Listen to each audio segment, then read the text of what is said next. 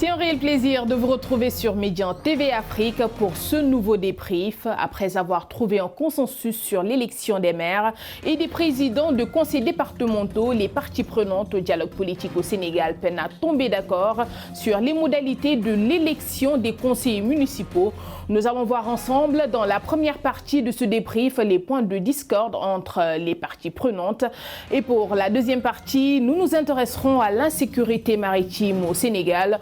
Vous le savez, le pays a connu l'une des pires tragédies maritimes de l'histoire avec le naufrage du Joola en 2002. Et malgré cela, les drames continuent de survenir en mer et pas plus tard que celle survenue au large de la corniche ouest de Dakar, près de l'île de la Madeleine, faisant 4 morts selon un bilan officiel. Et pour en parler, nous sommes aujourd'hui avec Mamadou Thior, journaliste, et Papa Amadou Fall, directeur de publication du journal La Gazette. C'est toujours un plaisir de vous recevoir sur Médian TV Afrique, Monsieur Thior. Plaisir partagé, Aminata. Et vous, Monsieur Fall, c'est un plaisir. Oui, nous sommes toujours avec vous. Alors, Monsieur Thior, deux camps se sont dessinés. L'un est favorable à l'élection des conseillers comme les maires au suffrage universel direct, tandis que l'autre parti préconise que ces derniers soient élus par le conseil municipal. On assiste à une succession de réunions sans résultat. Oui, il faut dire que la tâche n'est pas facile pour ce qui est du mode de scrutin pour les élections, surtout municipales, parce que c'est des élections assez compliquées à organiser. Parce que quand vous prenez une élection présidentielle, c'est à la limite très facile. Mais là, quand vous avez des centaines de mairies, de municipalités, où vous devez prendre en compte la spécificité de chaque municipalité, c'est déjà un problème qu'il faut résoudre. Parce qu'aujourd'hui, depuis la dernière élection présidentielle, nous sommes entrés dans ce qu'on appelle l'ère du parrainage. Parce qu'on se dit que bon, tout le monde ne peut être quand même maire, même si tout le monde peut se porter candidat, mais il faut faire en sorte de rationaliser les maigres ressources que nous avons.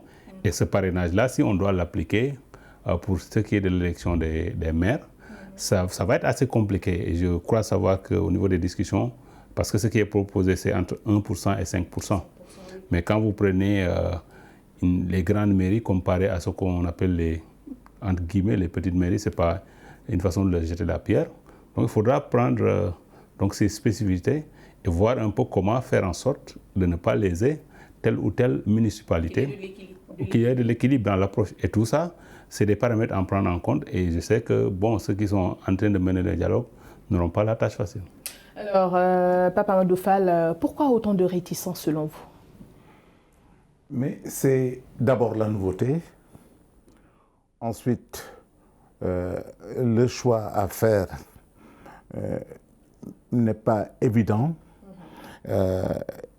Cette césure vers laquelle nous allons par rapport au choix de l'édile municipal peut être aisée comme cela peut être une véritable problématique, notamment pour les populations de manière générale.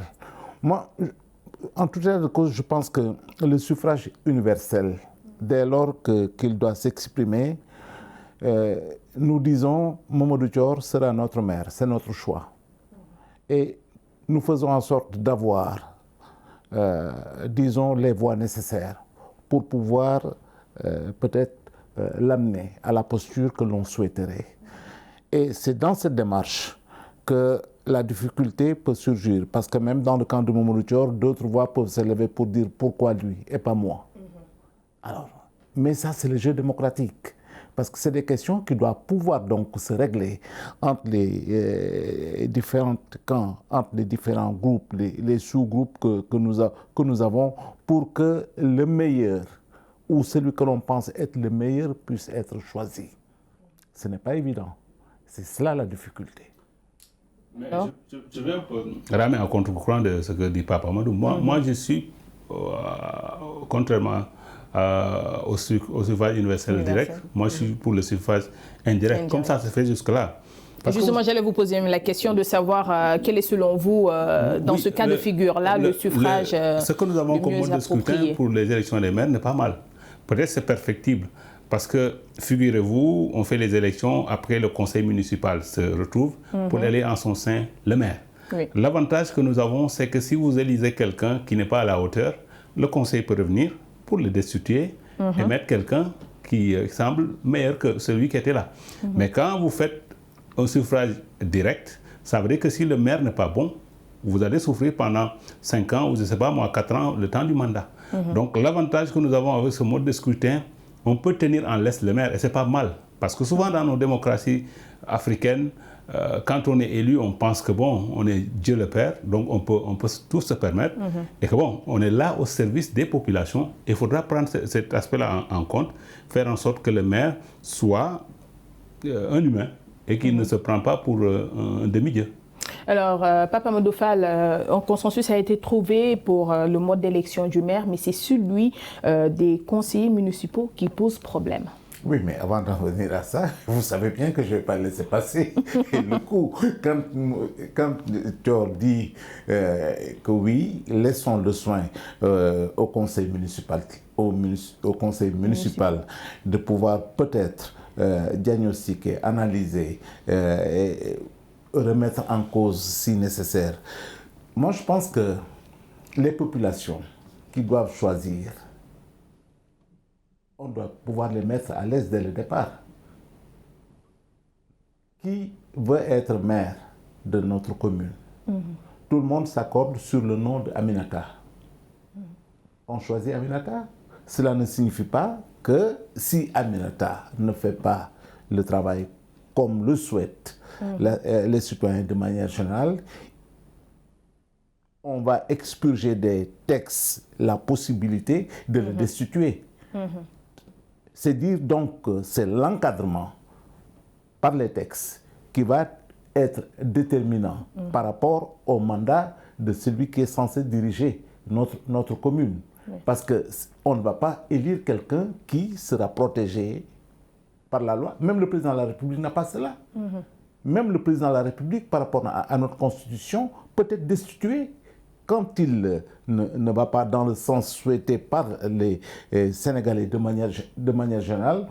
Je ne parle pas de violence populaire, hein. Je dis simplement que par les textes, on peut se retrouver à l'Assemblée nationale pour remettre en cause son mandat. C'est possible. Pourquoi le maire ne sera pas dans cette même dimension-là? Et je pense que si l'on fait le nécessaire par rapport à tout ce qui est en train d'être entrepris autour de ce dialogue, par rapport au choix qui a été déjà retenu, que le maire sache qu'il n'est pas là ad vitam aeternam. Demain, s'il faillit à son mandat, il va être destitué et qu'il le sache et que l'autorité, que les populations soient bien... soient bien informés de cette démarche-là, dès le départ, je dis, dès le départ, l'on pourra dire, nous avons fait le bon choix, c'est notre maire que nous avons choisi. Si notre maire est maintenant défaillant, mais bon Dieu, au-delà même du conseil municipal, des populations peuvent faire une pétition pour le débarquer. Vous êtes d'avis avec M. Fall? Bon, je diverge toujours avec Amadou, hein, parce que, vous savez, oui, parler de décision du président de la République, c'est bien inscrit dans les textes. Mais vous savez, il faudra attendre pour voir un président destitué dans beaucoup de pays africains. Mais cela existe déjà? Oui, ça peut exister. Nos textes souvent sont parfaits, mais c'est à la pratique, bon, que les gens sont un peu frileux pour prendre leurs responsabilités. Mais c'est là où la citoyenneté doit s'exercer. Oui, mais même quand un président de la République est défaillant, les gens sont frileux pour le destituer parce que, bon, comme je le disais pour les maires, un président de la République, on nous dit c'est la clé de voûte. Donc une clé de voûte, il faut jamais surtout pas l'enrayer, il ne faut jamais la contrarier. Et dans ce cas de figure, je ne vous coupe pas, comme vous le dites, par rapport aux responsabilités, c'est au peuple justement de prendre ses responsabilités dans ce cas de figure. Oui, mais le peuple, par exemple, quand vous prenez le conseil municipal, mais aussi il faut parler du conseil départemental, parce qu'on a les conseils départementaux. Donc le peuple délègue, à travers ce scrutin, délègue sa souveraineté. Donc à ses conseillers, soit au niveau du département, soit au niveau du conseil municipal. Et c'est ce que les conseillers-là sont chargés d'être un peu ce qu'on appelle les chiens de garde. Raison pour laquelle il est important de voir le mode d'élection. Absolument, absolument. Et je pense que bon, ça peut peut-être prendre du temps et c'est peut-être ce qui fait traîner les choses pour peut-être faire en sorte de satisfaire un peu des positions qui sont très divergentes. Alors, Papa Amadou Fall, après la présidentielle, on l'a remarqué, les partis politiques misent énormément sur les locales. Pourquoi, selon vous? L'exercice de la citoyenneté doit se mesurer à plusieurs niveaux. Vous savez, vous pouvez élire un président de la République. Ok, lui donner, comme il dit, c'est la clé de voûte. Mais je pense que l'exercice citoyen également doit permettre à tout un chacun, en faisant son appréciation, de pouvoir dire « il est bon » ou dire « ce n'est pas ce que nous attendions ». La remise en cause, dès lors que vous voulez l'exercer, doit pouvoir passer par d'autres canaux, par d'autres créneaux. Et c'est en cela que je reviens toujours sur ce qui est attendu de celui qui va voter. Pouvoir vraiment faire la part des choses en se disant c'est mon avenir que je joue. Dès lors que c'est mon avenir que je joue, parce que choisir quelqu'un, c'est lui donner l'entièreté quasiment de vos responsabilités. C'est un transfert qui est extrêmement fort. Et je me permets de le citer. Le roi Hassan II disait « Si je n'étais pas roi, je serais conseiller municipal ». Il l'a dit. D'où l'importance de cette posture, d'où l'importance de ce choix. Alors, dès lors que nous sommes dans cette dimension-là, je pense qu'en laissant le citoyen pouvoir se mouvoir dans différents créneaux pour pouvoir dire demain je peux sanctionner d'une manière ou d'une autre, c'est cela peut-être l'enjeu. Mais il y a aussi le fait que, bon, quand vous êtes maire, par exemple, ça permet d'avoir une base politique. Je prends l'exemple du président Macky Sall. Quand on parle de lui, on pense tout de suite à Fatick. Vous prenez Idrissa Seck, c'est Thiès, parce qu'ils ont été maires. Et ça aide un peu s'ils veulent aller plus haut, au niveau du poste le plus élevé de chef de l'État. Vous avez vu comment ça se passait pour le président Macky Sall. Idrissa Seck aussi s'y est essayé. Même si cela ne lui a pas encore souri. Donc ça permet les élections municipales aux hommes et femmes politiques d'avoir une base. Et c'est important, parce qu'on ne peut pas faire de la politique si on n'a pas de base politique. Parce que bon, là, si vous avez une base, et même pour l'élection du président de la République, vous jouez votre partition. Si le président gagne, par exemple, à Kaolack, et vous êtes le maire, avec un score honorable, c'est fort probable que, bon, en cas de remaniement ministériel, le président va penser à vous pour faire de vous un ministre ou une ministre. Donc, ce qui fait que ce n'est pas négligeable, parce que ça permet d'avoir une base politique et de se faire respecter, surtout au sein du parti. On a vu que beaucoup de candidats déchus quand même comptent énormément sur ces locales. Quels seraient les enjeux selon vous? Oui, j'ai un peu anticipé sur un des enjeux, c'est ça. Mais aujourd'hui, quand vous regardez, on a trois scrutins, du moins 4. Après la présidentielle, c'est passé. Les législatives, c'est en 2022. Donc, peut-être le scrutin le plus prestigieux, même si je ne néglige pas les départementales, c'est les municipales. Oui. Parce que ça permet, comme je l'ai noté tout à l'heure, d'être maire et d'avoir une plus grande visibilité. Surtout, vous prenez une mairie comme Dakar, une mairie comme Thiès, ce n'est pas quand même de petites mairies. Et on l'a quand même observé, la bataille de la mairie de Dakar. Absolument. Et on a vu, par exemple, en 2014, par exemple, le Premier ministre de l'époque, Aminata Touré, qui avait défié l'occupant du poste, ce qui en est sorti. Il a perdu son poste parce qu'il n'a pas, quand il a essuyé une défaite dans son challenge face à Khalifa Sall. Donc ça veut dire que ce ne sont pas des élections à négliger, les élections municipales. Donc c'est des élections qui peuvent être une rampe de lancement pour un homme ou une femme politique pour aller vers le sommet. Une phase déterminante, n'est-ce pas, Papa Amadou Fall? Une phase déterminante, mais j'adouberais plus la citoyenneté que le militantisme.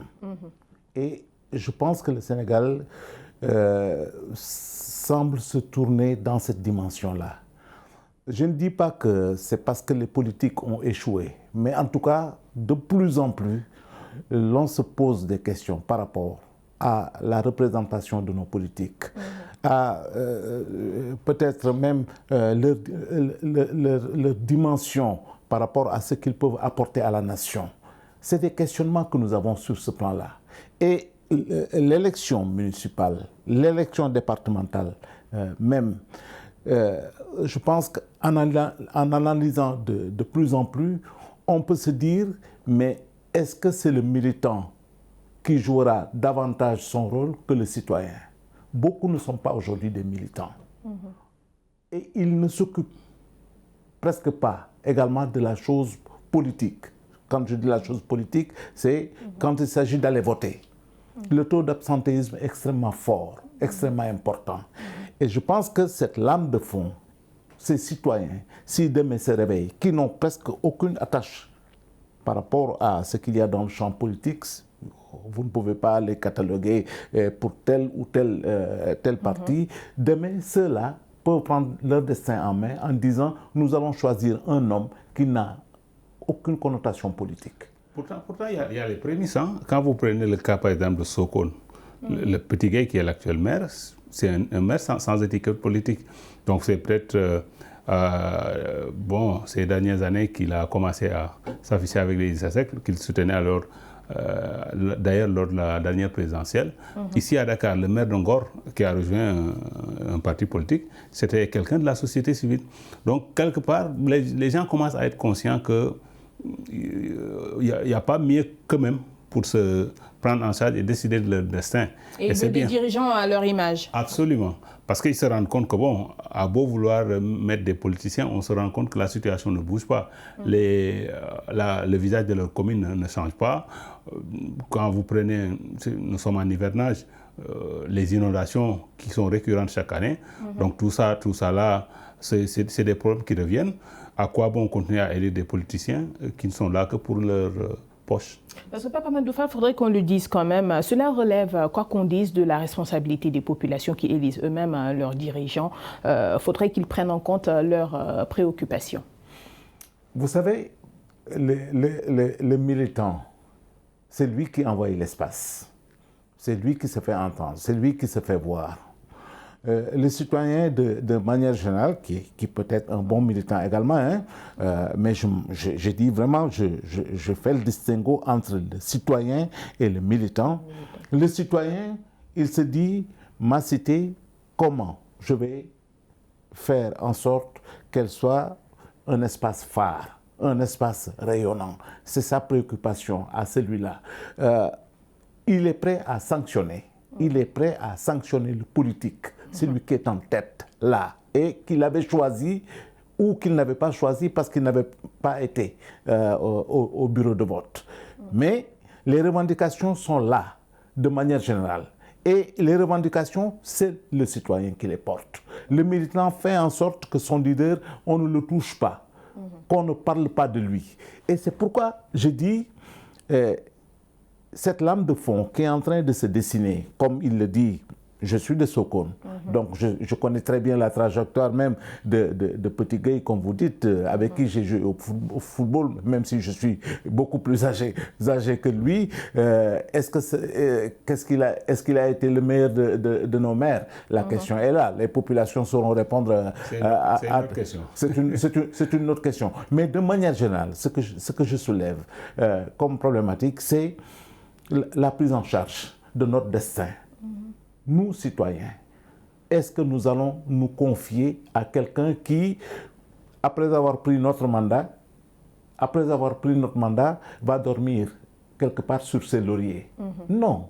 Nous voulons que dès le départ, que celui qui va prendre notre destin, nous puissions l'identifier en lui disant que voilà la feuille de route que nous te traçons. Ce n'est pas le cas aujourd'hui. Parce que tout simplement, vous allez dans un conseil municipal où l'on a élu Mamadou Dior, Aminata, et personne de nous ne sait, ou alors c'est peut-être un groupuscule qui sait que c'est celui-là qui veut se positionner demain.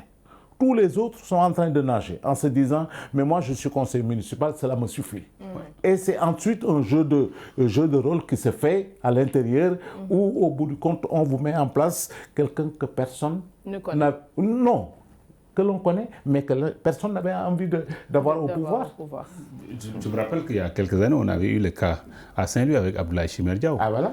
un maire qui était constamment à Dakar, alors qu'il est le maire de Saint-Louis. Donc ça aussi, c'est quelque chose qu'il faut peut-être essayer de résoudre. Quand vous prenez des ministres pour en faire des maires, ça veut dire que pendant toute la semaine ou pendant un mois, ils peuvent rester à Dakar. Donc il faut faire en sorte de d'élire... Le maire résident. Absolument. C'est ce qui avait même soulevé le cas des cumuls de fonctions. Absolument. Et je pense qu'il faut y arriver parce qu'on ne peut pas être ministre, être bon comme ministre et vouloir être bon comme maire.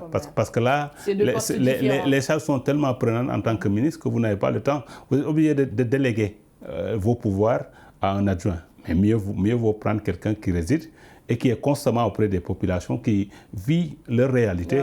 Que de vouloir prendre un maire qui est là que par procuration. Alors peut-être nous allons terminer avec ce point, la question du statut de chef de l'opposition qui revient tout le temps. Elle a été reportée à la fin des travaux parce qu'elle nécessite énormément de concertation et assez approfondie.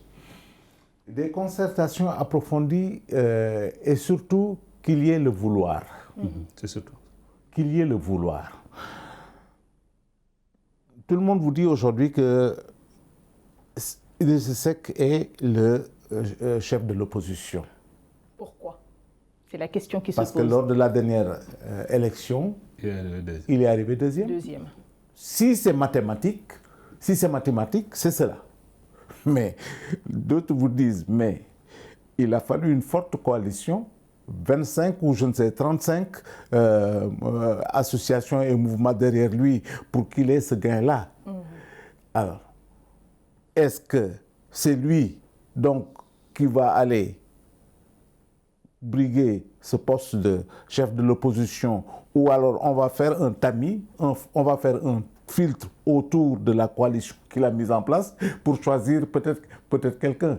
Parce que peut-être que le Rewmi représenterait 5% dans la coalition ou 10% dans la coalition, de sorte que c'est des questionnements qui sont là et qui mettent en mal peut-être la réflexion que les uns et les autres sont en train de se faire autour de ce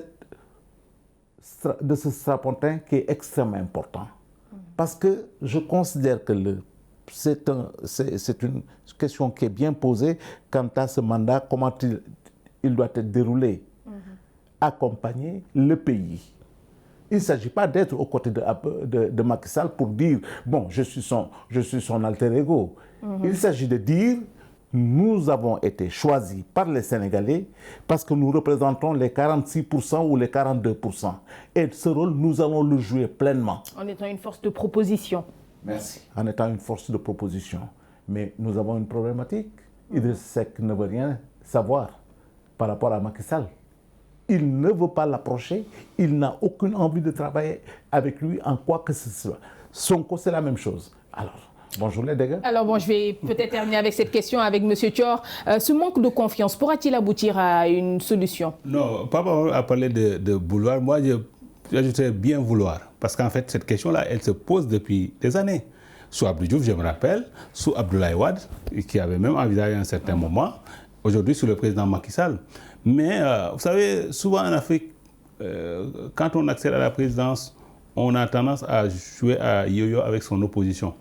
Et on oublie très souvent que, bon, l'antichambre du pouvoir, c'est l'opposition. Oui. Donc il faut penser, quelle que soit la durée de votre exercice du pouvoir, un jour vous allez aller de l'autre côté. Si ce n'est pas le repos, je veux dire, si vous ne... Le repos éternel. Pas le repos éternel, je ne parle pas de décès. si vous terminez votre mandat pour aller vous reposer. Donc il faut faire en sorte que bon, les gens qui sont au pouvoir puissent être des gentlemen. Parce que c'est une question de gentlemen. La loi, elle a été votée depuis quoi? Depuis le référendum de 2016. Donc il ne reste qu'à l'appliquer. Mais moi, j'estime que c'est quand même à l'Assemblée que le jeu politique se fait le plus. Parce que vous prenez le cas, est-ce que c'est Idrissa Seck? Est-ce que c'est le PDS? Le PDS a un groupe parlementaire quand même à l'Assemblée. Est-ce que Idrissa Seck a un groupe parlementaire? Non. Donc, dès l'instant où le jeu politique se fait plus à l'Assemblée, parce que c'est là où il y a des groupes parlementaires, c'est là où il y a des interactions, que les gens s'accordent pour faire en sorte que celui qui va être le chef de l'opposition soit celui qui a le plus de députés après le parti au pouvoir à l'Assemblée nationale. Et là, les choses deviennent très faciles. Malheureusement, nous sommes arrivés au terme de cette première partie. Comme le dit le peuple sénégalais, il ne faudrait pas s'opposer uniquement pour s'opposer, mais plutôt proposer des solutions. N'est-ce pas, M. Fall? Je le crois parce que la gouvernance, en tout cas notre démocratie, a besoin de ce statut. Voilà. C'est la fin de cette première partie. Restez avec nous, on se retrouve dans quelques secondes pour la seconde partie, mais cette fois-ci pour parler de l'insécurité maritime au Sénégal. Voilà, si vous nous rejoignez à l'instant, vous êtes dans la seconde partie du débrief et comme je vous le disais tantôt, nous allons parler de l'insécurité maritime au Sénégal et il s'agira de voir les réponses dissuasives face aux menaces qui pèsent. Et nous recevons sur le plateau M. Abdoulaye Ndiaye qui nous a rejoint. Il est chargé des campagnes Océan à Greenpeace. Merci. Merci et bonjour et merci de m'avoir invité pour participer à cette émission. Un plaisir partagé. Alors, Monsieur Ndiaye, le pays a connu une des pires tragédies maritimes de l'histoire, le Joola. Que retenir 17 ans après? Ce que je retiens, c'est une leçon qui n'a pas été apprise et comprise aussi bien par les autorités que par les populations. Parce que tout ce qui se passait avant que le drame du Joola n'ait lieu continue à se passer, c'est-à-dire des surcharges de pirogues, des gens qui vont en mer sans porter des gilets de sauvetage et beaucoup d'autres choses. Donc pour moi, la leçon n'a pas été apprise, bien que ça fait des années que chaque année, on commémore la journée du 26 septembre. Mais je ne crois pas que vraiment la leçon a été bien comprise par les Sénégalais, le commun des Sénégalais, mais aussi par l'État, qui a en charge de la sécurité des personnes et des biens. Alors, une question que je vais reposer à Mamadou Thior. Qu'est-ce que vous retenez 17 ans après cette tragédie de l'histoire? Oui, M. Ndiaye l'a bien campé. Vous savez, nous réagissons par émotion. Quand la tragédie a eu lieu, je me rappelle que les jours qui ont suivi, vous entrez dans les transports en commun, les gens respectaient le nombre. Donc, mais au fil des mois, ils sont revenus à la surcharge. Et aujourd'hui, on en revient à la case départ. Ça veut dire que quelque part, c'est à la limite du matin que les gens font. Parce que ça, c'est dû à quoi? C'est dû au fait qu'on ne sanctionne pas dans ce pays. Donc les lois sont là, elles sont bien écrites, bien établies. Mais quand quelqu'un passe outre, on fait dans le fameux masla. Et c'est ce qui est à l'origine de ces tragédies que nous vivons. Donc quand on dit il ne faut pas aller en mer, il ne faut pas aller en mer. Si quelqu'un va en mer, il faut le sanctionner. Il ne faut pas surcharger, il ne faut pas surcharge. Il faut taper, comme on dit, au portefeuille. Comme ça, on ne dit pas de mettre tout le monde en prison. Vous tapez sur le portefeuille, les gens seront très regardants la prochaine fois, ils vont faire attention à ce qu'ils font. Alors, M. Ndiaye, les trames continuent en mer. Malheureusement, vous l'avez dit, avec le chavirement de la pirogue de touristes sur les larges de la côte ouest dakaroise, à côté de l'île des Madeleines, qui a fait 4 morts. Et pas plus tard, nous venons d'apprendre également qu'il y a une autre pirogue qui a chaviré, faisant également 4 morts. Est-ce du laxisme ou une négligence de la part de nos autorités? Si, il y a un laxisme, il y a aussi une négligence, comme l'a dit M. Thior. Quand on fait des lois, on les applique. Il ne sert à rien de prendre des lois, de l'amener devant le législateur, que l'on prenne des lois qui sont extrêmement bien faites, que même d'autres pays puissent vraiment se référer aux lois sénégalaises pour faire leurs lois, et que nos lois ne sont pas appliquées. Et je me dis que le Sénégal a pris des dispositions pour prendre des fonctionnaires qui sont payés sur le dos du contribuable sénégalais et qui sont en charge de faire respecter ces choses-là. Et justement, par rapport à ces structures-là, le problème du respect de l'application des consignes se pose. C'est le grand problème. Les consignes sont là, mais il y a quelqu'un qui doit respecter la consigne, c'est celui qui est l'utilisateur de la mer. Mais il y a un autre qui est chargé de regarder ce gars, est-ce qu'il respecte la consigne? Si celui qui est chargé de regarder, celui qui doit respecter la consigne ne fait pas son travail, l'autre se dit, personne ne me regarde, je n'ai même pas mon gilet, même s'il est irresponsable. Parce que pour moi, ce gars-là, il est irresponsable. Parce qu'il n'a pas besoin d'être regardé pour porter son gilet. Il n'a pas besoin d'être regardé pour ne pas faire de la surcharge. Mais aujourd'hui, celui qui est là, qui est payé tous les jours, chaque mois, sur le dos de tous les Sénégalais, qui est chargé de contrôler ce gars-là, qui le voit et qui ne dit rien, qui est plus foutu parmi les deux. C'est celui à qui on a payé. Parce que l'autre, il n'est pas payé. il va faire son travail. C'est un irresponsable, moi je suis d'accord avec ça. Mais celui qui doit sanctionner, il est beaucoup plus responsable que cela. Alors, Mamadou Thior, les responsabilités sont partagées, c'est à tous les niveaux. Oui, et il faut que les fonctionnaires qui sont payés pour ça fassent leur travail. Parce que vous savez, au niveau des grands quais de pêche, il y a ce qu'on appelle les services de pêche. Donc certainement, il faudra renforcer les agents et faire en sorte que les gens portent les gilets. À dire, souvent, moi je suis pêcheur, hein, ça tombe bien, je connais très bien la mer. Ils vous disent, oui, je n'ai pas besoin de mettre le gilet. En cas de truc, si je tombe en mer, je pourrais nager. Alors que bon, c'est surtout ces gens-là qui meurent vite fait, bien fait en cas de pépin. Donc il faut faire en sorte d'être inflexible. Les agents, le matin ou bien à n'importe quelle heure de la journée, les pointer au niveau du quai de pêche. Quelqu'un qui doit aller en mer, vous vérifiez qu'il porte les gilets de sauvetage. Et là, je pense qu'il y aura moins de problèmes. Quand vous prenez par exemple le cas qui s'est passé à Joal, les 4 pêcheurs décédés, mais ma foi, je pense que bon, on est appelé à mourir un jour, mais si vous portez un gilet de sauvetage, vous avez 1000 chances d'être retrouvé même 2 jours après. Donc, parce que là, vous arrivez à flotter, mais si vous ne portez pas de gilet, surtout avec ce vent-là, mais ma foi, si vous tombez à l'eau, c'est très difficile de survivre. Et il y a le fait que, bon, il faut, parce que je vous disais que je suis pêcheur par mes origines, le mois de septembre est un mois où il y a trop de vent en mer. Et il faut que les pêcheurs, ils le savent. Donc il faut, le fait de ne pas aller en mer 1 journée, 2 journées, c'est difficile pour eux, mais rien ne vaut une vie. Il ne faut jamais essayer de risquer sa vie pour son gagne-pain.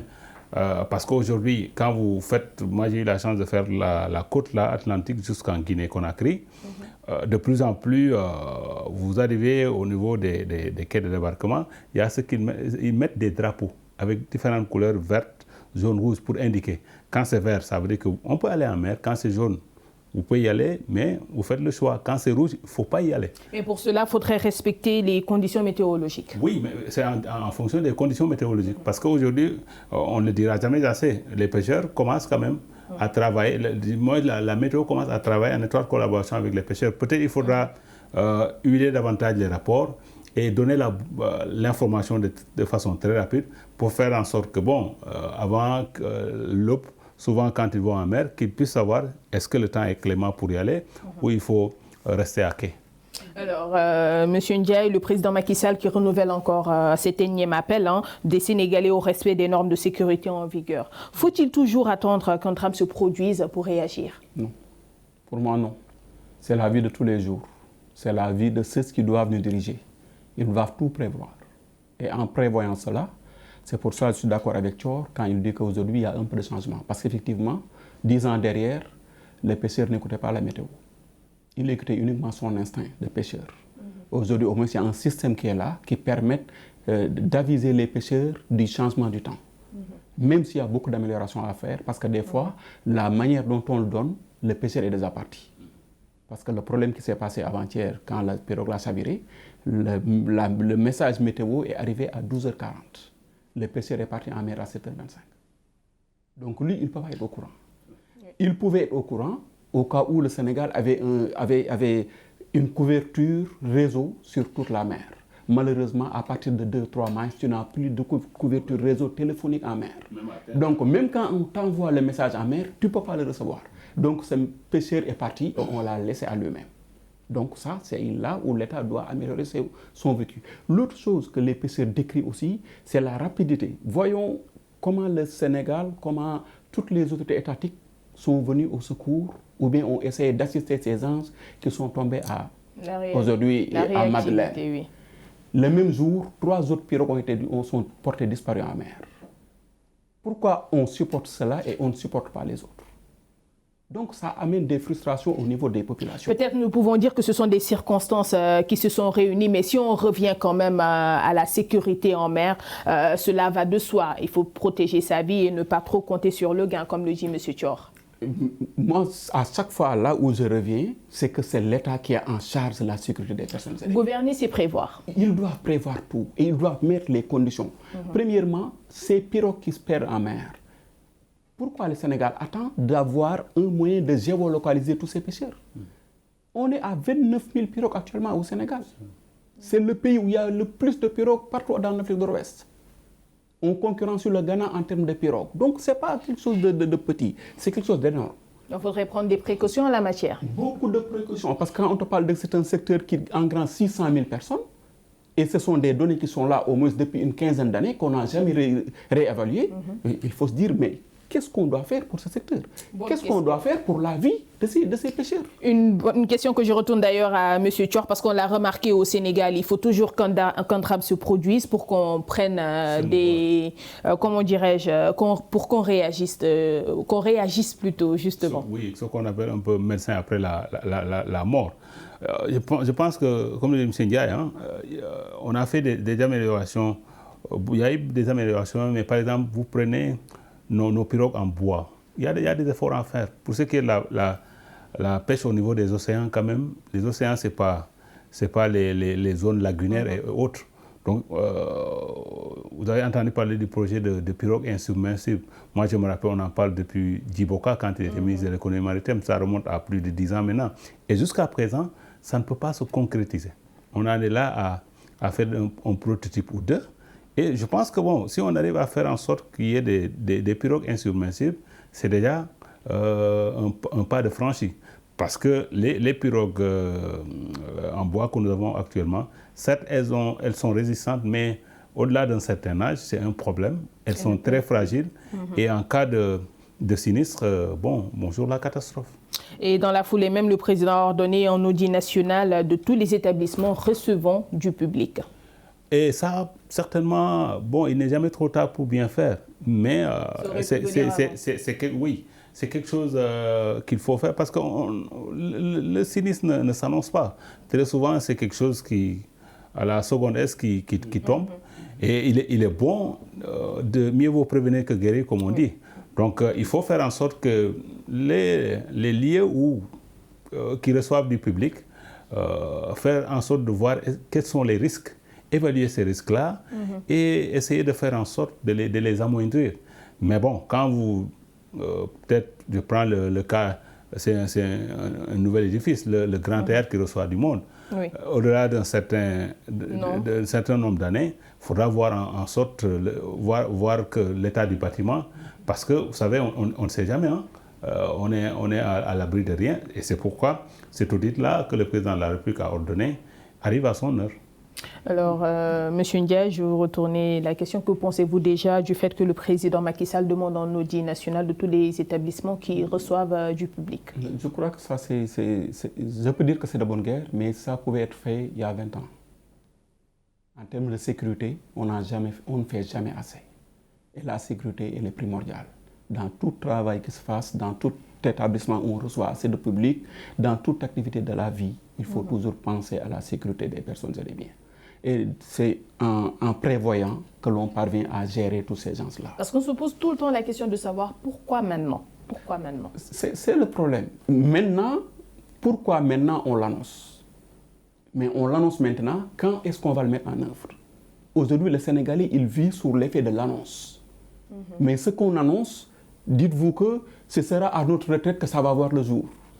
C'est ce qui n'est pas bien aujourd'hui dans ce pays où nous sommes. Les gens, ils ont l'habitude de faire des grandes annonces. Mais après, comment suivre? Monsieur Thior le disait, quand on pense aujourd'hui aux pirogues qui sont insubmersibles, ça fait plus de 10 ans qu'on en parle. Djiboka a été ministre de la Pêche en 2005. Nous sommes en 2019. Je me rappelle, j'avais accompagné pour voir un prototype. Nous sommes en 2019. Donc, imagine-toi, depuis quand Djiboka, que Dieu ait pitié de son âme, depuis quand il a quitté le gouvernement sénégalais? Parce qu'on l'a remarqué, Mamadou Thior, après la tragédie du Joola, vous-même vous l'avez souligné, on a remarqué un petit changement de comportement de la part des Sénégalais. Les surcharges avaient diminué, les mesures avaient été prises en mer avec les piroguiers, entre autres. Qu'est-ce qui ne marche pas? Non, ça veut dire que nous sommes capables de changer. Et quelque part, ça me rappelle ce que Wade disait quand il était président, qu'il faut, à la tête de ce pays, à la tête de certains pays, des despotes éclairés. C'est-à-dire des gens qui prennent le bâton carrément. Parce que quand vous avez affaire certainement à des gens récalcitrants, il n'y a que le bâton. Il ne faut pas donner la carotte. Et malheureusement, très souvent, nos autorités donnent la carotte parce qu'elles sont trop conciliantes. Quand il faut sévir avec toute la fermeté qui s'y est. Parce qu'aujourd'hui, on en est arrivé à un niveau de laisser aller souvent qui fait de sorte que, bon, on assiste à des drames, après on réagit par émotion pour prendre des mesures, alors que c'était des choses qui étaient évitables. Sur ce point-là, que faire donc pour améliorer notre système, le système national plutôt d'alerte précoce, de sécurité civile et de lutte contre les catastrophes et accidents de toute nature? Au niveau marin, il faut toujours impliquer les premiers utilisateurs de la ressource. Et ces premiers utilisateurs sont les pêcheurs. Il faut vraiment les impliquer avant de les sensibiliser. Souvent, malheureusement, au niveau de nos États, on ne passe qu'à sensibiliser. La sensibilisation, elle est formidable, elle est bonne et elle doit être continuelle. Mais en dehors de cette sensibilisation, il y a des mesures à prendre. Parce qu'il ne faut pas oublier que l'économie nationale sénégalaise, parmi les rubriques qui leur supportent, la pêche est parmi les leviers numéro 1. Surtout la pêche artisanale. Surtout la pêche artisanale. Aujourd'hui, quand on te dit que ce pêcheur qui est un Sénégalais, lui, il ne regarde pas où est-ce qu'il est le poisson. C'est pourquoi nous, au niveau de Greenpeace Afrique, à chaque fois, on se dit que nous gérons, le bureau du Dakar gère l'océan. Et le pêcheur sénégalais, ce n'est pas un pêcheur qui te dit que moi, je vais me limiter à ici. Moi, je regarde le poisson. C'est à 1000 km, je vais à 1000 km. Si on se dit que ce pêcheur, quand le poisson est à 1000 km, il est capable d'aller à 1000 km pour nous ramener le poisson, il faut que l'on voit quelles sont les conditions dans lesquelles il faut mettre ce pêcheur-là. Et vous, à votre niveau, que faites-vous pour la prévention, justement? Nous formons beaucoup les pêcheurs. Au niveau de Greenpeace, l'année dernière, on a tenu un grand atelier de formation, un grand workshop, comme on le dit chez nous, où on a réuni tous les pêcheurs de plusieurs zones sénégalaises pour leur montrer comment défendre les océans, comment faire que quand la pêche industrielle intègre dans la zone, empiète dans la zone artisanale, vous puissiez les détecter et que vous puissiez faire un suivi de ces infractions-là. Donc c'est ainsi, c'est avec ces genres d'actions que l'on responsabilise une personne. Parce qu'aujourd'hui, pour moi, l'État, il doit responsabiliser ses acteurs. Mais en les responsabilisant, il ne peut pas les responsabiliser en croisant les mains, en se disant que non, pour le moment, je n'ai pas les moyens. Il faut tout faire pour que l'État équipe ses pêcheurs en kit de géolocalisation. Ils font des tests. Donc ne pas se limiter à la sensibilisation, non seulement sensibiliser, former et outiller. Et agir. Il faut les outiller et après agir. Comment agir? Ça veut dire qu'il y a parmi nous certaines personnes qui ne se conformeront jamais à la loi. Et quand tu as des genres de personnes qui sont comme ça, il faut leur faire appliquer la loi. N'est-ce pas, M. Thior? Oui, c'est bien ça. Quand il faut sévir, il faut sévir. Parce que, bon, à beau vouloir faire dans le masla, on vit des drames comme on en voit de temps à autre. Donc aujourd'hui, les lois, elles sont bien faites. Hein. Honnêtement, en termes de loi, souvent nos amis burkinabés nous taquinent que par exemple en termes de ateliers dont parlait tout à l'heure M. Ndiaye, nous avons tenu des ateliers sur toutes les thématiques. Et ils viennent, ils prennent les conclusions de nos ateliers pour les appliquer chez eux. Donc ça veut dire que bon, il y a du brainstorming qui se fait. On a des têtes qui réfléchissent et qui trouvent des solutions. Mais le problème, c'est qu'il faut appliquer ça, et quitte à les appliquer avec la fermeté. Parce que, bon, comme le disait M. Ndiaye, il y a certaines personnes qui ne comprennent que le bâton.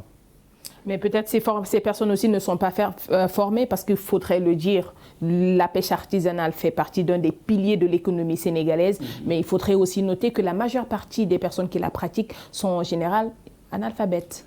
Oui, mais ça, c'est par exemple le rôle de Greenpeace et d'autres structures qui interviennent un peu dans le secteur de la pêche.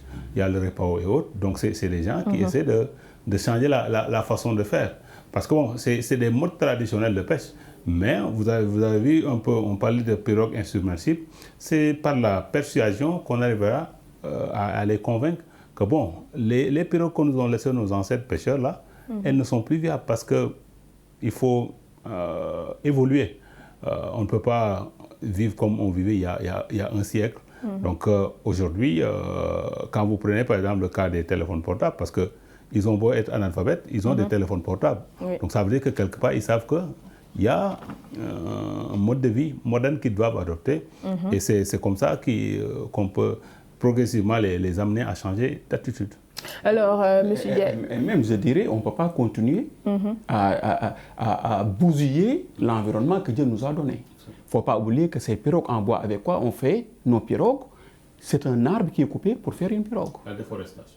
Combien d'arbres ont été déforestés pour construire une pirogue? Ça aussi, c'est donc c'est un problème qui est là, que l'État doit... C'est pourquoi je dis que ce sont des responsabilités qui sont là et qui incombent à l'État. On ne peut pas se permettre, dans un pays où on dit que le désert nous menace, c'est un pays sahélien, vers le nord, tout le Sénégal est déjà sous forme désertique. Où il nous reste le sud, on déforeste. Jusqu'à quand? Comme vous le dites, il faut une prise de responsabilité de la part de l'État, mais il faut également une conscience citoyenne. On l'a remarqué lors du naufrage, plutôt je dirais, du chavirement de la pirogue sur la côte ouest dakaroise, à côté de l'île de la Madeleine. On a vu, surtout sur les réseaux sociaux, beaucoup d'initiatives qui sont nées des citoyens pour la prévention, les premiers secours avant que n'interviennent les autorités habilitées à le faire. C'est pourquoi moi déjà je rends hommage aux pêcheurs. Il faut les rendre hommage. Moi je peux donner en témoignage 3 accidents. Parce que on se souvient que les premiers secours ont été portés quand même par les riverains. Non, tous les jours. Moi je me rappelle de 3 accidents qui sont passés. Avant que l'État ne puisse amener quelque chose, ce sont les pêcheurs qui ont été là-bas. Quand l'hélicoptère est tombé à Bettenty, tous les gens qui ont été sauvés par des pêcheurs. Et après, on a vu que l'État les a décorés. C'est bien. À Soumbédioune, on a vu la même chose. Les femmes qui étaient allées chercher le coquillage aussi à Bettenty, celles qu'on a pu sauver ont été sauvées aussi par des pêcheurs. Au moins, ça montre qu'ils ont un élan de solidarité qui est la leur, qui leur revient et qui fait partie de leur vécu quotidien. Mais n'empêche que les autres pans de la société, les autres Sénégalais, les décideurs comme les autres, ont une responsabilité dans ça. La responsabilité de se dire que ce voisin-là, il n'a pas encore compris, je dois tout faire pour qu'il comprenne. Parce que tant que la personne n'a pas encore compris ce que l'on veut faire, c'est assez difficile de pouvoir appliquer quoi que ce soit dans ce pays. Alors, Mamadou, tu as vu ces nombreuses initiatives citoyennes, cela veut dire qu'il y a un manque quelque part, que veulent combler les populations. N'est-il pas temps quand même de collaborer, qu'il y ait une collaboration plutôt entre l'État et les populations riveraines pour installer au moins de petits comités pour intervenir en cas d'urgence? Oui, c'est bien. Hein? Je pense qu'il y a des prémices, parce que je vous parlais de ces drapeaux-là au bord des quais de pêche. Ça c'est des initiatives qui ont été prises il y a quelques années et qui ont fait tache d'huile. Aujourd'hui, les gens respectent quand on monte ces drapeaux-là. Avant d'aller en mer, vous regardez la couleur. Si vous n'avez pas le temps peut-être de regarder un peu ou d'écouter la météo. Donc c'est bien aussi, comme vous le suggérez, que l'État puisse peut-être mieux capitaliser cette solidarité qui est naturelle chez les pêcheurs. Comme le disait M. Ndiaye, même je me rappelle du temps du Djola, tôt le matin, c'est des piroguiers qui sont arrivés au niveau du drame. Donc ça veut dire que, quel que soit là où se passe le drame, même si c'est à des milliers de kilomètres, ils sont prêts à donner, comme on dit, donner de soi pour sauver. Parce que bon, à la limite, ils se disent ça peut sauver ou périr, quitte à prendre le risque. Mais parce qu'ils se disent que la mer, c'est un peu leur territoire, et quand il y a malheur là-bas, ça les touche au premier chef. Peut-être une appréciation du côté de M. Ndiaye pour terminer. Et je crois que c'est exactement comme l'a dit M. Thior. Aujourd'hui, nous avons un système qui est là. Et le système, ce qui est bénéfique dans ce système, c'est que c'est un système qui est porté par des pêcheurs. Il ne faut pas qu'on se limite à se dire que s'il y a drame en mer, le pêcheur sera là. On a besoin aussi de lui dans d'autres choses, dans la recherche de ce que nous vivons, c'est-à-dire la recherche scientifique au niveau des pêches, mais aussi formaliser. Ce pêcheur qui fait ça, qu'est-ce qui le couvre en cas d'accident? Rien ne le couvre. Donc on peut formaliser, parce qu'il y a les textes qui sont là et il y a le cadre qui est là, parce qu'il y a un cadre que l'État a créé à travers la loi 2015-18 et qui dit que les pêcheurs peuvent se regrouper au sein de leur zone en tel groupement. Maintenant, c'est à l'État de reconnaître que ce pêcheur qui fait ça, il doit avoir un statut qui est reconnu par la loi et que demain, s'il y a des problèmes, qu'il puisse être soutenu comme quelqu'un qui a servi l'État sénégalais. Toute la formalité est bonne dans toute chose. Absolument. Absolument. Et je ne me lasse pas de le dire. Je n'ai pas rencontré la nouvelle ministre de la Pêche actuellement, mais avec l'ancien ministre, j'ai eu à faire beaucoup de travail avec lui. Et après, il me disait, si je t'écoute et que je réussis, ça veut dire que l'engrenage que l'on cherche, l'engrenage société civile, acteurs de la pêche, État, sera réalisé. Et je lui dis que nous, c'est tout ce que nous recherchons. Parce que dans la vie, c'est réalisable et c'est possible parce que toutes les prémices sont là. La ressource humaine, elle est là. Imagine-toi quand on parle de pêche. M. Thior parlait des chefs de poste et autres agents qu'on affecte dans les localités. Si tu prends un département, si je prends le département de Mbour, qui est le premier département de pêche du Sénégal, Oui. avec des milliers de bateaux, on te dit qu'il n'y a que 5 agents. Qu'est-ce que 5 agents peuvent faire avec 5000 pirogues? C'est compliqué. C'est compliqué. Donc, il faut se reposer sur ces pêcheurs. Mais tu ne peux pas aller te reposer sur ces pêcheurs en ne leur donnant pas les moyens de faire le travail qu'ils veulent. Malheureusement, nous sommes arrivés au terme de cette deuxième partie qui, je vous le rappelle, nous parlons de l'insécurité maritime au Sénégal avec ces nombreux drames qui se répètent malheureusement en mer. Et nous étions avec Mamadou Thior, journaliste, et Abdoulaye Ndiaye, chargé des campagnes Océan à Greenpeace. Merci. Merci beaucoup. Alors, c'est la fin de ce débrief. Merci de l'avoir suivi. Un grand merci à la partie rédactionnelle et technique. Restez fidèles au programme de Médian TV Afrique, le débrief.